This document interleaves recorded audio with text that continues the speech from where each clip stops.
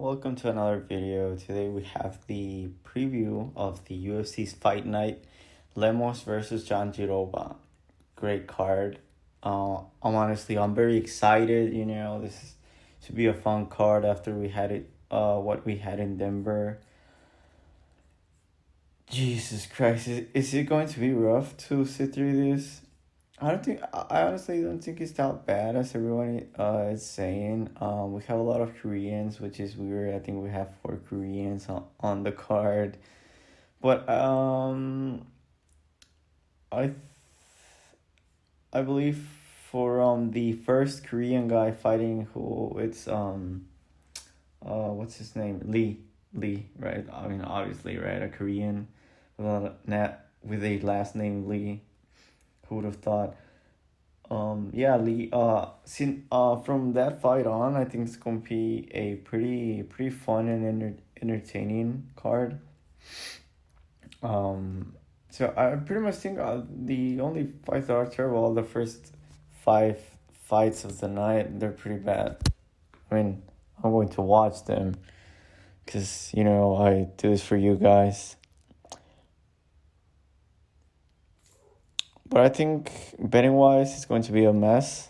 I know last week for me was not very kind.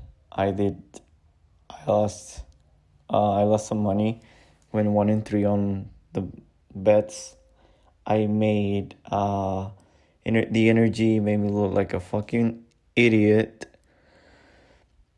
The Lord Silva, Mr. Aura himself, he put on a clinic on judo, but I think there's some great spots to make money here, especially with the Korean guys. I like I like 3 of them to win the fight. The one that I'm not really sold yet, but it wouldn't surprise me if he wins, is Woo Choi versus Algeo. And yeah, I hope you guys learn something useful from this video if you stayed. I'm going to have timestamps for this one. I forgot to put up this timestamps for last week's video. I'm sorry about that, but I will have them this time. And yeah, I would appreciate if you guys leave a like. If you're watching this, subscribe if you are not subscribed. And yeah, let's get started.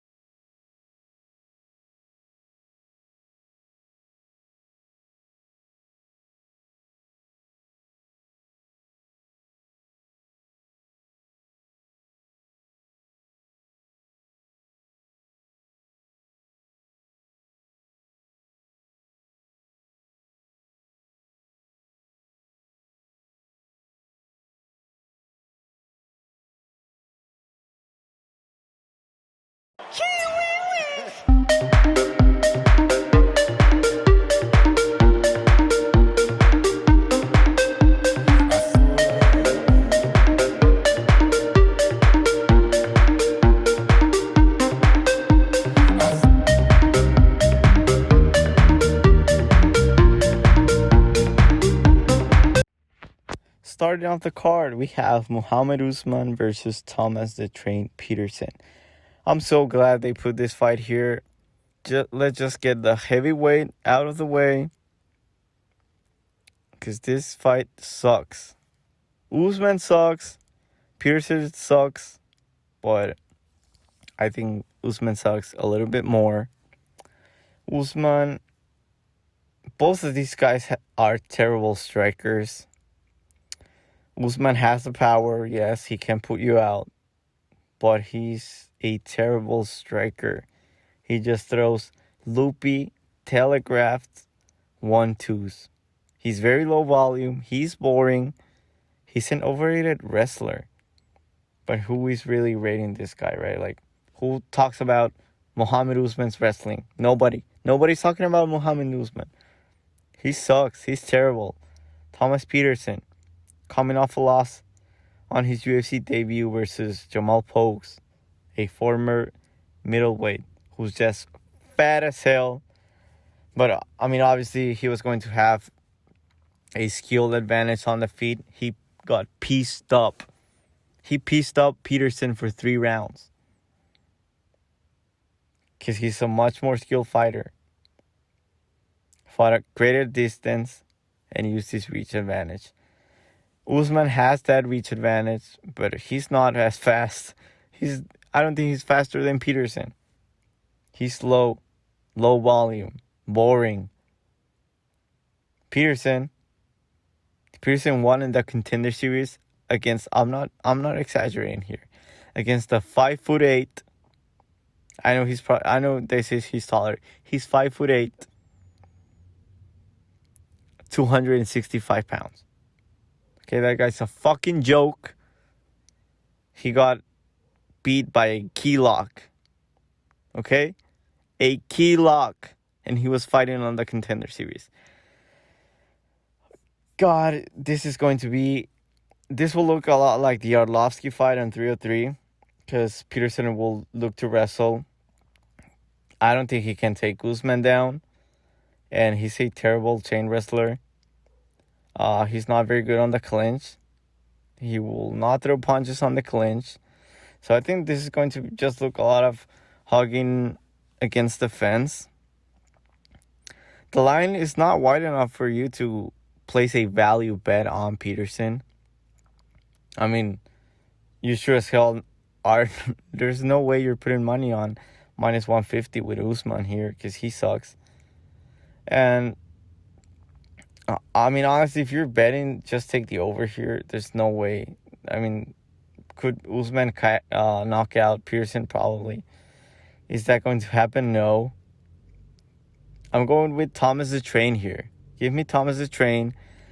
If Usman wins this fight, he will have a 4-1 record on the UFC. He's not a 4-1 fighter. He's more of a 3-2 fighter.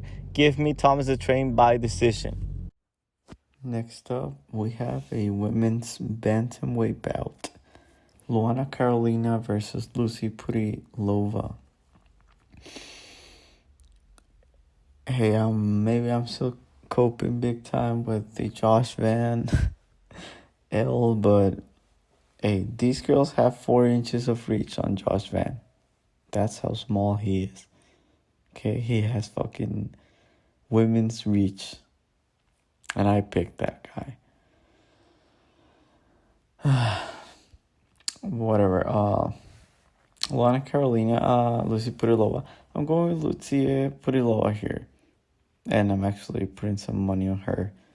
This is one of my bets on this card.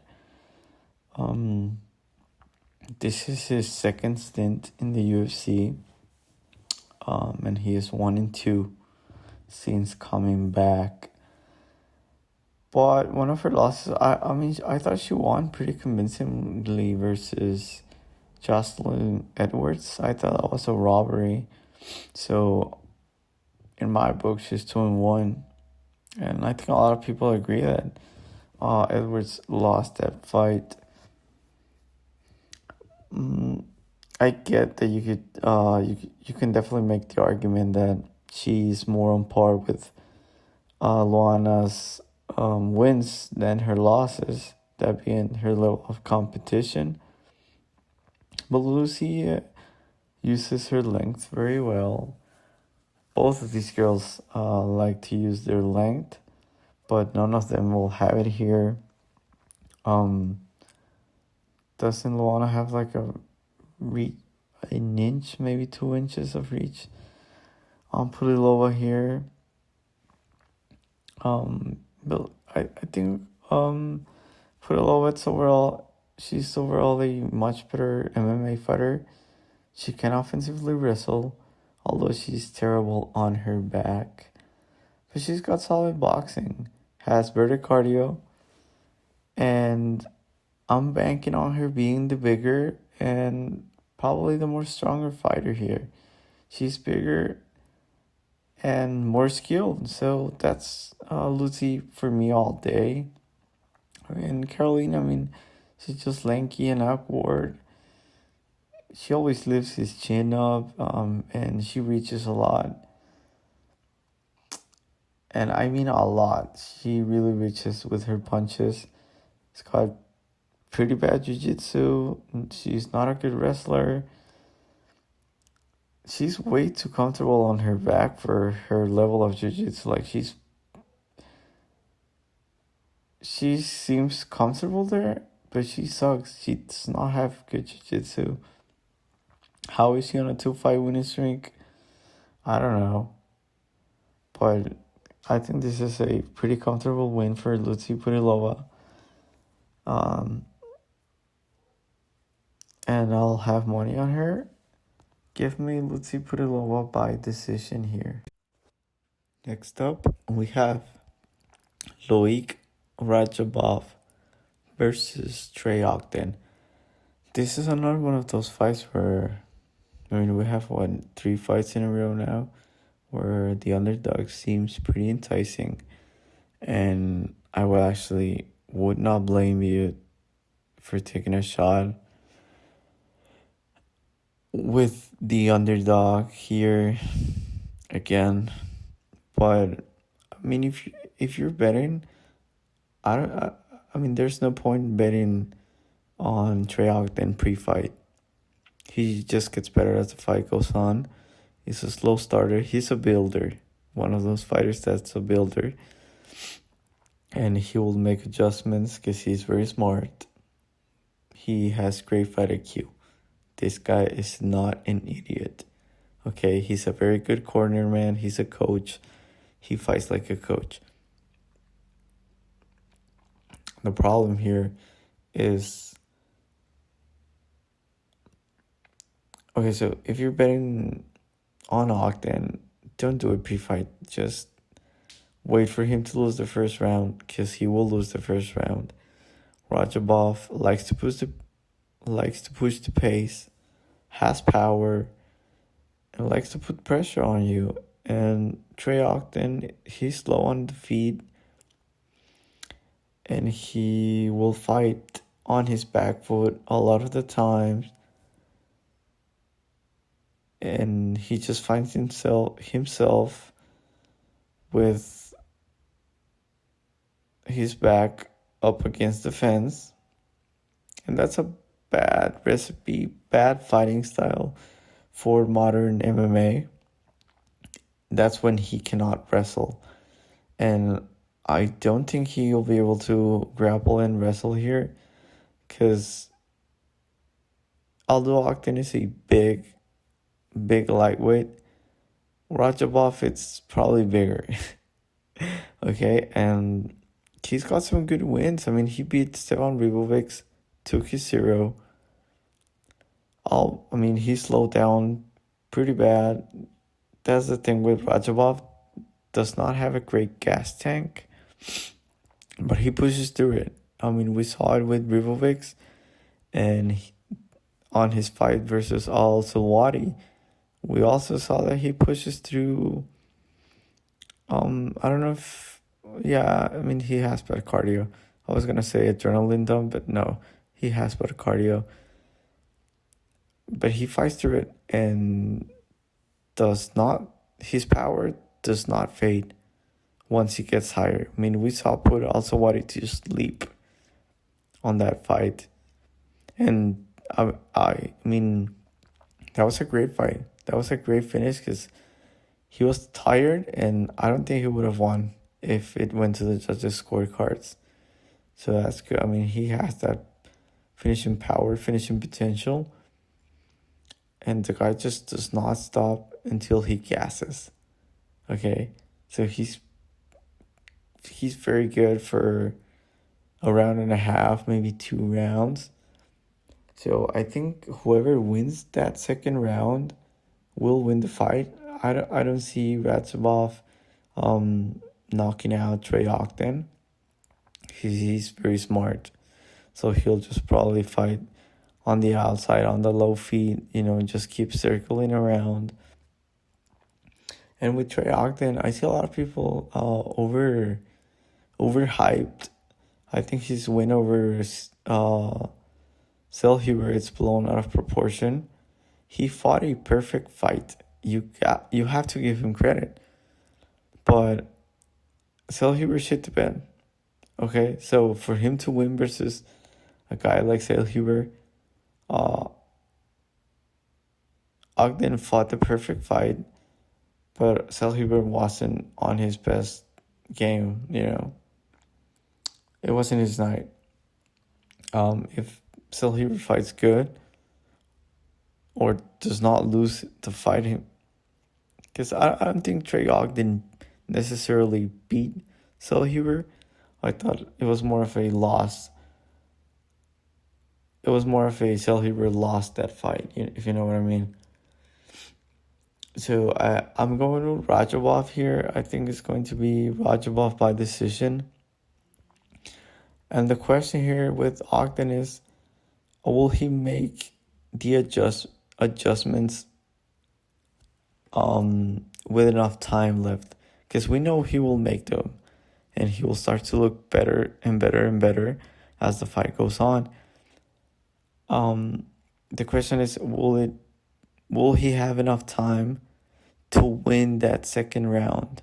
And I don't think he does. I think I'm going with Radzhabov. I think he gasses until the mid-third. Give me Radzhabov by decision. Next up, we have another women's fight. Miranda feared the Maverick versus Diony Barbosa. I like the dog here. I think Barbosa is the bigger girl. Well, I mean, everybody's bigger than Miranda, right? I know she's stocky and strong, but she's she's very short in stature. I think Barbosa has a similar build style,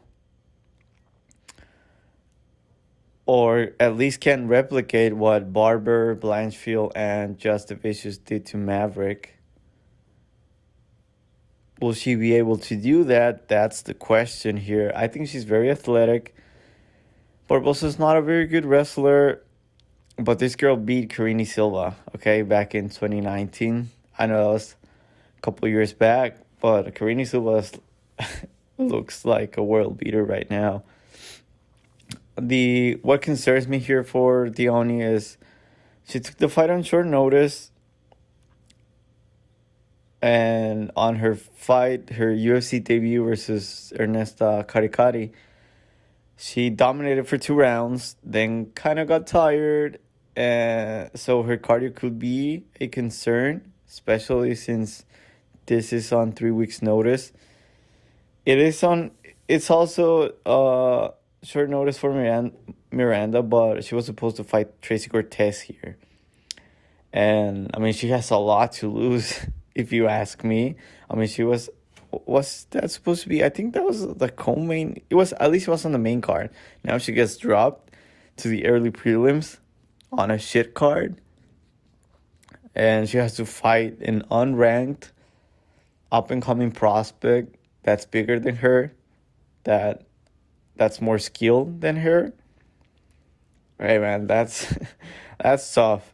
Okay, Miranda has a lot to lose here. But back to Barbosa. She has this judo background, and she either looks great taking you down or looks like she has no idea what she's doing. She's a very, very intriguing prospect. I think she has a lot of potential. And with Maverick, I don't know if I'm not willing to go too far and say that she is fading, but she's definitely reached her ceiling, and it's not top 10.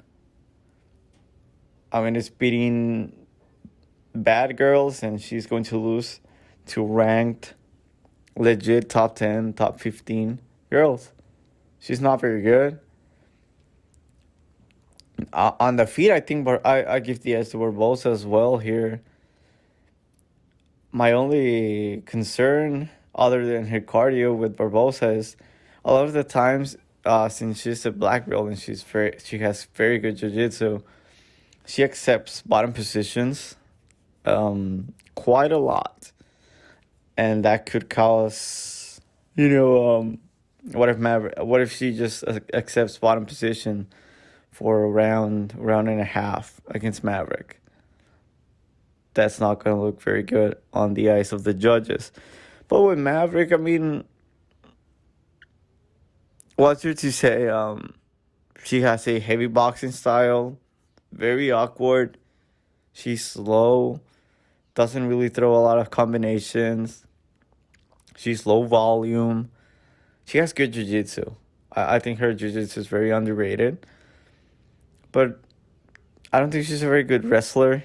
She does not set up his shots. But she can bully. If she can take you down, she can bully you. She definitely can. She's good on the ground as well. I think she won a world championship. And she's, I say, brown belt. So that's good.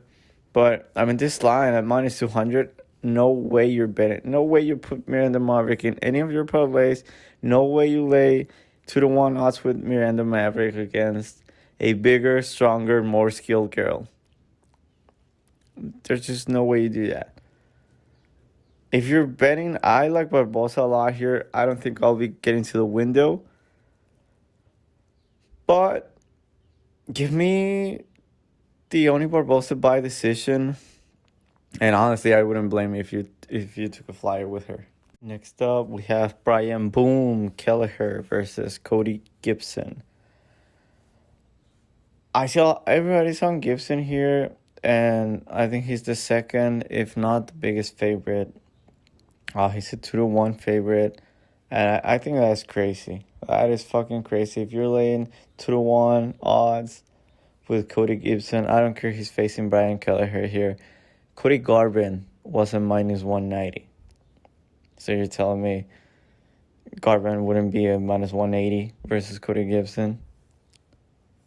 I mean, if Cody Gibson cannot chin Garbrandt, he's losing that fight.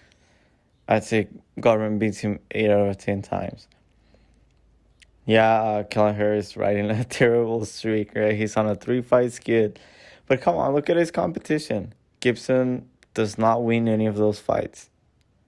He would also be riding a 3-fight losing streak instead of a 2-fight losing streak, because he's on a 2-fight skid. He's only 1-5. Both of these guys are fighting for their job, basically. Kellerher is, I trust more. Well, maybe not at this point of his career. Definitely not at this point of his career. But I don't think he looked that bad versus Garbrandt, considering he was coming back of a terrible injury, where he needed surgery, and he sold. So he was sold. He's good everywhere. He's a solid vet. Has a good ghillie, decent power. Gibson is just the bigger, younger, faster. Throws straight punches instead of the loopy punches that Boom throws. Has better kicks. Has good knees. More dynamic. Better athlete, better cardio. I mean, I could just go on and on. But I do not trust Cody Gibson. I thought he looked bad versus Miles Johns. Yeah, I mean, Johns couldn't take him down and keep it. I mean, he took him down 2-3 times, but he couldn't keep him down. Gibson just popped right back up. And he's big and physical, has solid kicks. I guess the big advantage that Gibson has is the cardio and he's just crazy volume. Great gas tank. But I don't know. I mean, I know Kellerher will look like he's 5 feet out there. Gibson is a big bantamweight. I'm going with Brian Kellerher. Give me Boom Kellerher by Gilly. Okay, he's gonna pull out that guillotine in round 1. If he does not get that sub, he's not winning it. He's not winning a decision.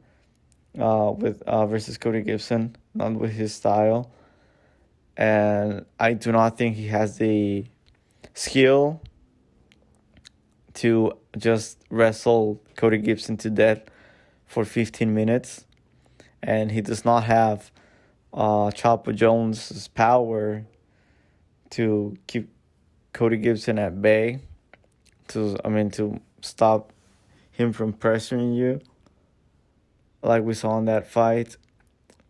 But I'm going out on a limb here. Give me Brian Kellerher by first round guillotine. Next up, we have our featured prelim fight. Hyder Amil versus Young Jung Lee. Amil has a crazy pace, crazy fighting style, crazy pressure, high volume. But I don't think he's needed. I don't think he's innate necessarily. Because he's technical. He's a good striker. Has very good power. But he is old. With his record, you would think he's a prospect, like 28 years old, but he's 34. And he fights once every couple of years. That's why he's 34 and only has 9 professional fights. I think he's due to his serial. He's not going to retire undefeated. Was supposed to fight Northern Becca on his debut back in February. But there was like 2 or 3 fight cancellations, and he got gifted Fernie Garcia. So he, I think he's on borrowed time. If he would have fought Northern Becca, he would have lost. He's a good striker. He's big, and that's probably one of his best attributes is that he's big and strong. He bullied Fernie Garcia, who's a natural bantamweight. Young Lee is huge. Okay, this guy is fucking huge. He's physical. He's very strong. I don't know how he makes 145. Like, really, I don't have no idea how he makes 145. He's tall, and he's has a white back, huge quads. I'm very high on this kid.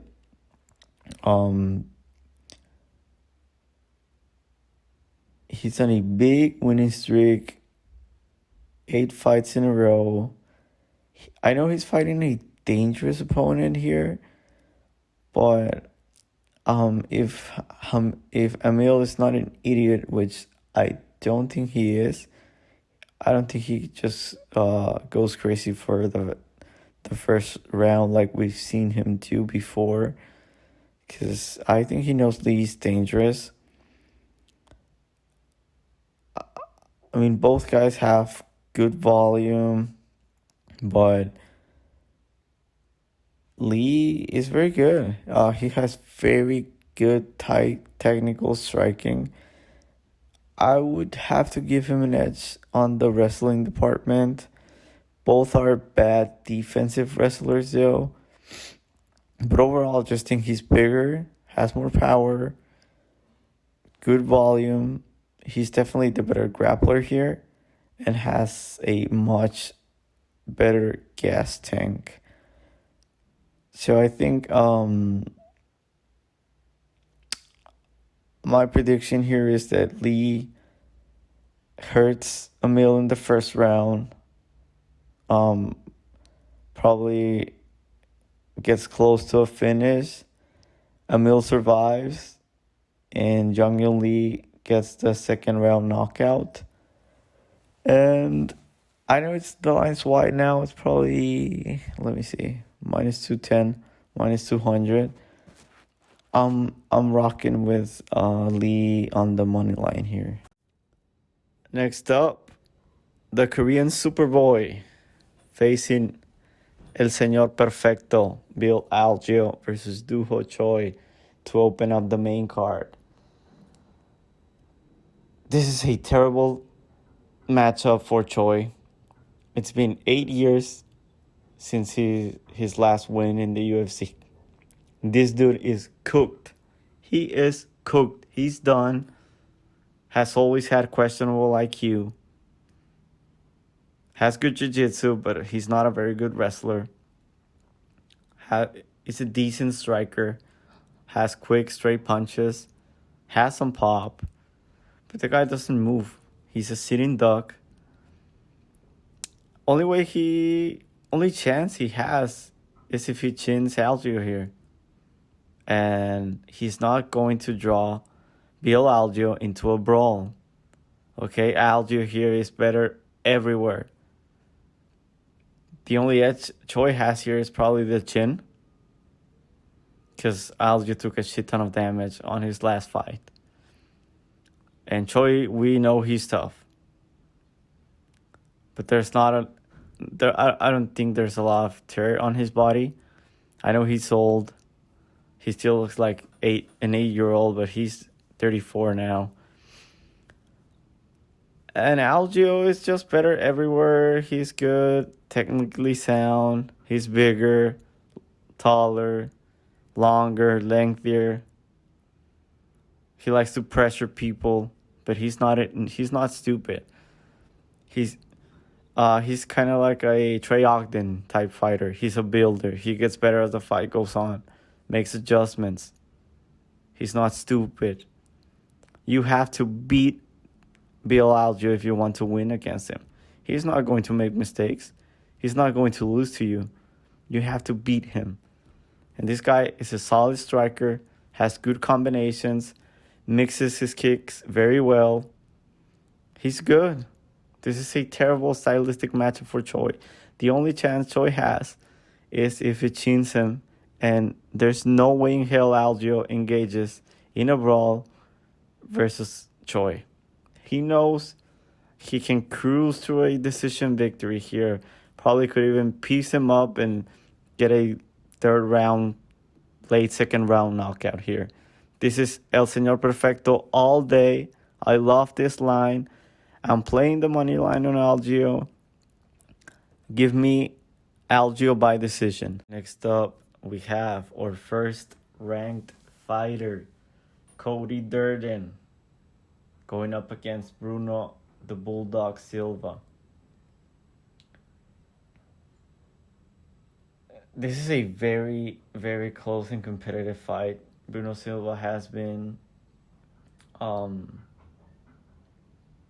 the edges of the rankings for quite a while now, and we don't see him very often, but he's very good. He's riding a 3-fight winning streak against competition that he should beat, so that's good. That's always good when you're beating who you're supposed to beat. Had a great outing versus Nam. He was ranked at that point, right? He looked good. He lost the first round, and on the second, pretty much as soon as it started, he landed a front kick to the face, dropped him, and he got to work, got the rear naked choke in. And he has very good striking. He's also a good wrestler. Although he's a black belt, I think he's not a very, very good jiu-jitsu. His jiu-jitsu is not that good. I see the biggest hole in his game. And for me here, it's just, what are the judges going to value more, if you will? Because I think on the feet, I have to give the edge to Silva here. And I think he'll probably have the better optics. I mean, he'll probably land more cleaner shots, the damage. I think he'll do more damage on the feet. And Durden will probably just look to wrestle like he always does. And he can rack up control time quite easily. But that doesn't do very well in front of the judges now, especially in the apex. I have to go with Silva here. He's the better striker. And I see more finishing potential. I had to pick him. I know I'm not putting money on Bruno Silva, just so you know. But, I mean, this fight is close. Give me the better striker with more finishing potential on a close decision. I could probably see this being a split decision. But Silva has more tight. His boxing is tighter, cleaner, throws straight shots. Durden throws a lot of hooks. It's funny that these guys are teammates. They train in the same gym. If you did not know that, that's why I'm not betting this fight. This is going the distance. These guys, I don't know if they're friends, but we usually see this when two guys know each other. They rarely finish. It always goes to the judges. We always see scorecards when fighters know each other, they like each other, they may be friends, they were teammates in college, yada, yada, yada. Okay? And Durden, I mean, it's just the takedowns, the pressure, and we see Durden get tired, but he just keeps going. I like that. I mean, could we see... I think this is a very close fight, now that I'm really thinking about it. Because Durden's going to look huge, although he always squats down on his stance, so he won't look that big. But he has very good chain wrestling, but both are very bad, very bad defensive wrestlers.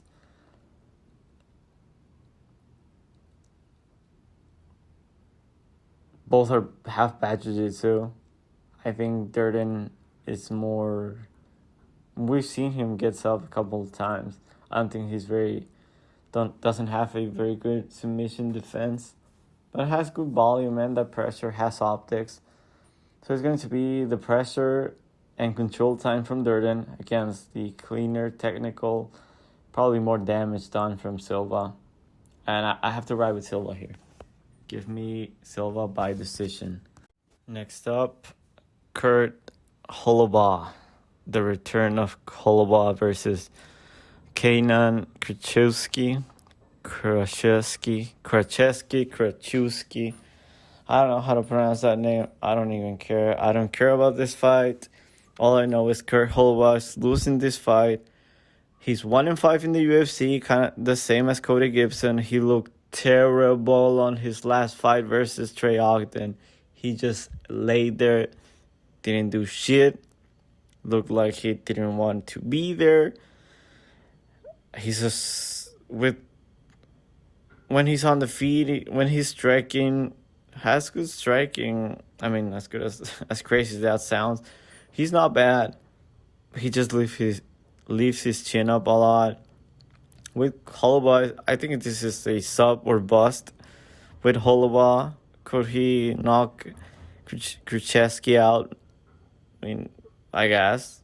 But sub or bust, that's a disaster in modern MMA. Accepts bottom position a lot. And honestly, he seems like he wants to be on his back, kind of like a Jimmy Flick. He's solid, has good subs, good cardio, and that's it. Kurschewsky, this is a layup here after fighting Brenner, after getting face planted. After getting face planted, this is a layup. He's long, lengthy. He's a kickboxer with good power. Definitely better on the feet here. And, I mean, if this goes to the ground, I would say Kurschewsky will just be on top. And Holobaugh will be chasing submissions. I mean, if this goes to a decision, Kurschewsky will be on top a lot of the time when this hits the mat. Give me this better striker that's not willing to be on his back for 15 minutes here. Next up, our featured fight of the night. Steve Garcia, Mean Machine versus Woo Choi. Woo Choi is knocking out Steve Garcia in the second round. Steve Garcia is getting put to sleep. Everybody is on Steve Garcia this week. I can understand why he's on a crazy KO streak. Highlight KO stuff. He almost murdered Melky Costa on his last fight. He knocked out a granite chin dude in Nuremberg. He put on a clinic on Chase Hooper. That win is aging well. At this moment, that looks fantastic. But, I mean, Steve Garcia, I think Choi is going to derail this train. If Garcia does not get a first round knockout, he's not winning this fight. That's the only way he wins. And Choi is the better striker, more technical, cleaner, can match his power. And everybody likes to shit on Choi for having a bad chin.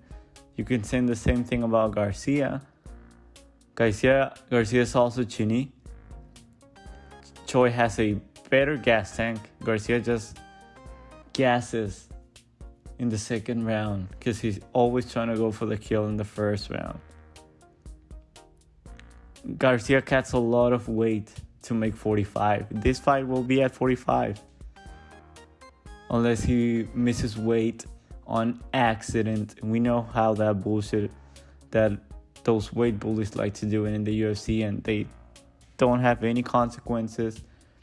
It's a real problem. The UFC should address this. Everybody's missing weight nowadays, and it's not because they had a bad weight cut. It's because they do it on purpose. They want to have an advantage. They want to come heavier, bigger, stronger. Don't have to go through the hell of cutting weight. Okay, if Steve Garcia makes weight, Choi is knocking him out. He's not going to have the gas tank to go toe-to-toe with Choi for 2 rounds. Although I don't believe this fight will see the third round, because Choi is knocking Steve Garcia in the second round with an uppercut. If Choi... God, the thing with Choi is he's an idiot. He has terrible IQ. But he's so good. I think this is a pretty simple game plan here for him. Don't be reckless. Stop spamming your left hook. And try to grapple a little, because he's the better grappler, better wrestler than Garcia.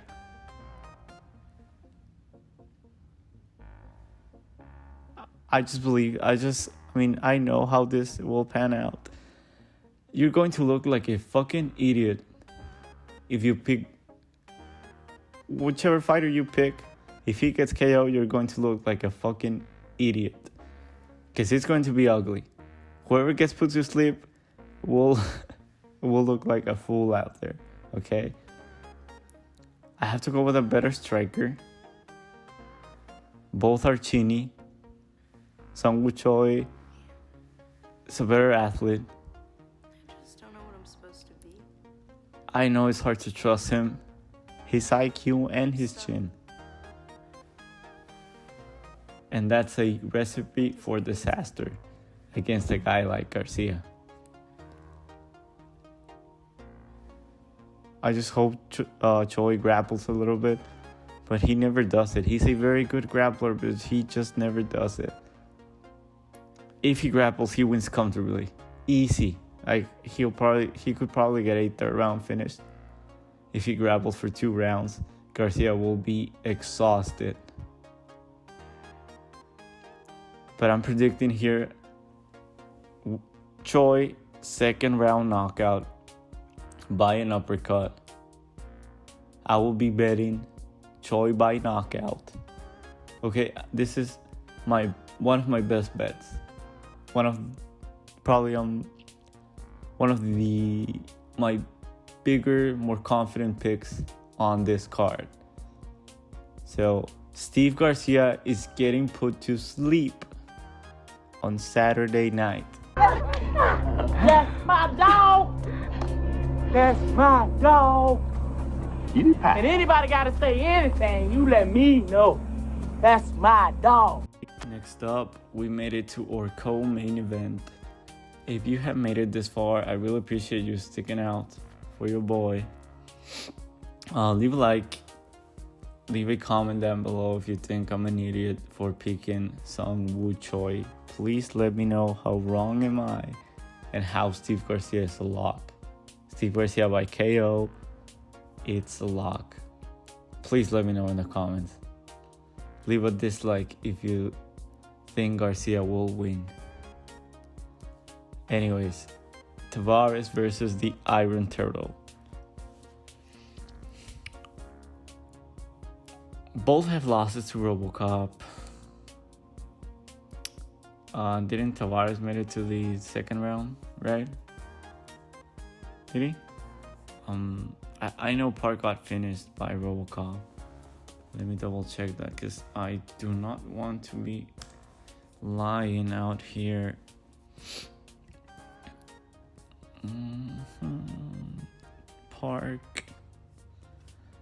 Park lost in the second round, so I was wrong about that.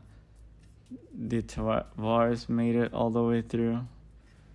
Oh, okay, he made it to the third round, but both of them were losing those fights. So, anyways, Tavares, I think Tavares is kind of a sharp play here, because so I don't know if I'll be square with this pick, because I think Park is the square pick here. As crazy as that sounds, because I thought Tavares was one of the biggest square plays on the card, but I think everybody, it's like, okay, you cannot take this dude down, because we've seen this for 15 years, pretty much 15 years, 14, 13 years. So this guy has a shit ton of experience, and I mean, we know all about Tavares, and that's probably one of, you can say it's a advantage or a disadvantage, because there's a ton of tape out there. If Park, did his homework, there's a lot of tape on Tavares out there. And I see a lot of people saying Park won't be able to use his wrestling and his pressure, because Tavares' takedown defense is just so good. So if this turns into a striking kickboxing match, it's Tavares all day, right? Because he has beautiful type boxing, has good leg kicks, heavy kicks, but this dude leaves his chin up. And people like to crap on him for his fight versus Weidman. I at the moment when I was watching, I was like, oh my god, what the fuck are you doing? This is a 50-year-old man coming off a serious injury with surgery. Was never a good striker. His striking sucks, and you smell blood. That leg from Weidman was cooked, and you just cruised to a decision. He cruised to it, so he fought well. That's smart, right? May not be entertaining, or you may say he's an idiot for doing that, but he was piecing him up. There was no need for him to put himself in harm's way. He's a great athlete. He's very tough, has good cardio, I think he's a bit chinny. And with Tavares, when you pressure him, he doesn't do very well. He likes to be the one moving forward. And for a decision fighter, I don't know how that's going to look for him. I mean, yeah, he could be moving backwards and landing some counters because he will be the taller man here. And maybe that does something for the optics. But again, he does not have any reach advantage. He's T-Rex Tavares. And with Park, I love this dude. I mean, how can you not like the turtle? The Iron Turtle has an amazing gas tank. He's fast. He's a great athlete. With that body, he's a great athlete. Will push the pace on you. And he does everything right. He rarely makes mistakes. He's great at distance management, which I like a lot in this matchup. Has a good jab. Has good fight IQ. So we have two smart guys. Tavares is a decision guy. Park can be a decision guy. I like this to go the distance. And with Park, I think he's better everywhere. And with no finishing threat from Tavares, I think it's Park all day here. We've never seen this dude tire. Has great cage chain wrestling.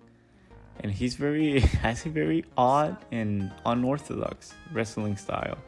If you go and watch this tape, I mean, you're watching and you're like, how the fuck did he pull off that takedown?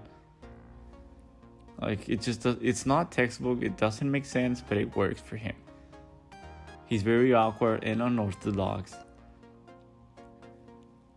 And if he cannot get the fight to the ground, he can just chain wrestle and control. Wear Tavares down against the cage.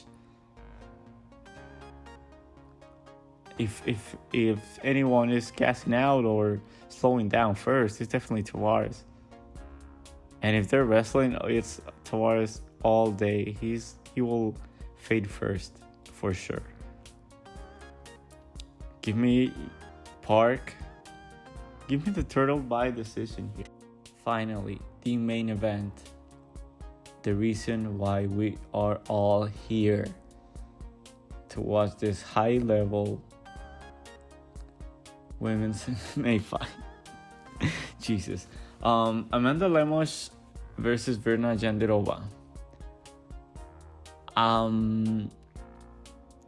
know there's a world where Amanda Lemos just clips Verna in the first round, maybe the second round. If that does not happen, this is going to be a stinker, wet blanking, hug fest from Jandiroba for 3-4 rounds. I don't think Lemos has finishing potential after the second round. So I mean, if you're betting, I would, and you like Lemos, I don't think he's winning. I don't think she's winning a decision. She could, definitely. I'm not saying it would shock me. I would not be surprised if she won by decision. I just think there's a lot of value with Lemos' first round KO. But I think this is a hugfest from Jandiroba. Vintage Jandiroba. And I really hope she puts up a stinker. I'm really hoping for that. I'm cheering for that. I know it's going to be a hard watch. I know a lot of people won't be watching this. And that's good. I think if ratings are low and Jandiroba puts up a stinker, I think that's good. Because the UFC needs to do something about this shitty main events. I don't care about the rest of the card. The rest of the card is good. People are just shitting on this because of the main event. The card is not that bad. Okay? Y'all don't remember, like 3 months ago? The fucking Perez versus Nicola card? That was 10 times worse than this. Even the Perez versus Tyra card. I don't think this card will be as bad as that one. Y'all remember how how that Paris Tara card was. Like, no finishes, all decisions, and pretty bad, slow-paced fights. Boring. Nicolau versus Paris.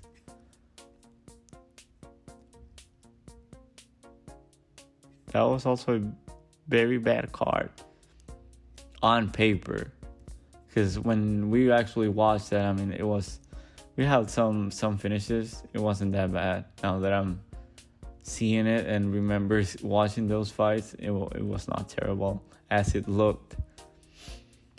But I really think the UFC has a main event problem. I mean, I know this has championship implications. The winner of this will probably fight the winner of Tatiana and Wei Li. Or maybe even they fight Tatiana first and the winner of that goes and fights for the title. I understand. You want to push for the women's. But just put them on a pay-per-view card. On the main event. The second fight. Like you did in 303 with the MBS Chasson fight. Just do that and people are going to buy the pay-per-view anyways. And I know you got away with that because of the McGregor card. But here, I mean, this is a legit title fight with title implications here.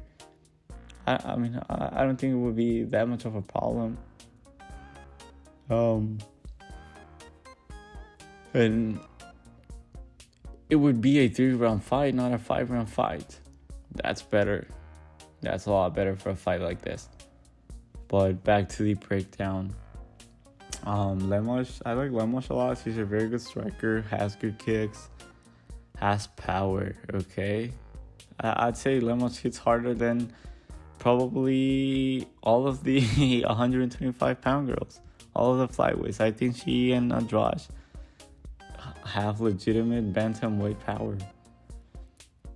She looked great on the feet versus Mackenzie Dern, but really, who doesn't? So take that with a grain of salt. She fights like a dude. Like, she hits like a man. I like that about her. The problem is you can take her down pretty easily. You can control her there. Yes, she can survive, but has a lot of trouble getting back up. She has decent sound submission defense, but she cannot get back up. If she comes with a similar game plan, and I mean, not even a game plan, if she fights like she did versus Wei Li, she is cooked here. She throws a lot of loopy punches. We need more tight, cleaner striking, because the power is there. The power is there. And Jandiroba, I'll get to that in a second. But the power for Lemos is there. Her gas tank is great. We saw she was getting her ass whooped in that Wei Li fight. And she looked great after 5 rounds. But Jandiroba, I worry about her chin. She does not like to be hit. We saw that in the loopy fight. When they were striking, and I know Verna striking looks like it's terrible. It's very clunky. It's ugly. And I'm not talking about her. I'm not talking about the way she looks. Her striking looks terrible, but it's a lot better than you think. She lands a lot more than it seems. And she can take you. If she takes you down, you're staying there for the rest of the round. She's a hug fighter, boa constrictor type grappling. She is elite. I don't think she has the submission threat as a Mackenzie Dern, but she can control you for days. The way I see this fight is Jandiroba has 3 to 4 minutes of control time every round for 5 rounds. This is the apex. The casual benefit here will definitely be on her side. My problem with Jandiroba is I don't think she's a very good wrestler, but she has great jiu-jitsu. She's very strong. And I love that she does not rush anything. She likes to control, grind you out on the ground. She's very calm. Doesn't seem like she panics really anytime. The only way I see her losing is if Lemos chins her on the first round or the second round. After that, I think this is Jandiroba all day. That's it. And I think the line reflects that. I agree, Jandiroba should be the favorite. Lemos, she's old now. She turned 37 mid-camp. She turned 27.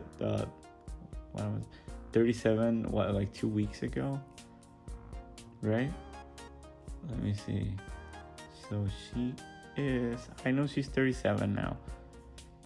That was a month. So almost. Yeah, I'd say she was in camp already. That she turned. Yeah, definitely. She was in camp. Her birthday was about 7 weeks ago. I'm seeing it right now. So you have to. I think she's considering. I mean, if she loses, she's done. She's not climbing that ladder back up. I know it's women. With women's fighting is different, but she's not climbing that ladder again. She turned 37.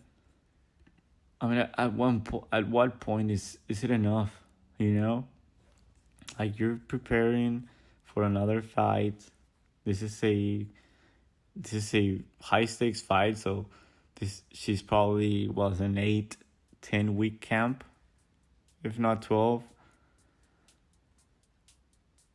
I mean, how much more can your body take? Do you want to be fighting till you're 40? Don't you want to do other things outside of fighting? And I mean, I think she got a reality check versus Zhang Li. She cannot beat her. I think she knows she does not have a chance with Wei Li or Tatiana Suarez. Jandiroba style, I think she can fight for another year, 2, maybe 3 years till she's 40. Lemos style, I don't think she could do this for much longer. And will she want to do it for? I mean, she's old. She is old. But yeah, I like Verna by decision here. I think I know Lemos could do it, and then because her striking is so good. But I hope Jandiroba wins in a boring fight, because at one point it has to be enough. The UFC needs to be like, alright, this is enough. We cannot be putting these shit main events on fight night.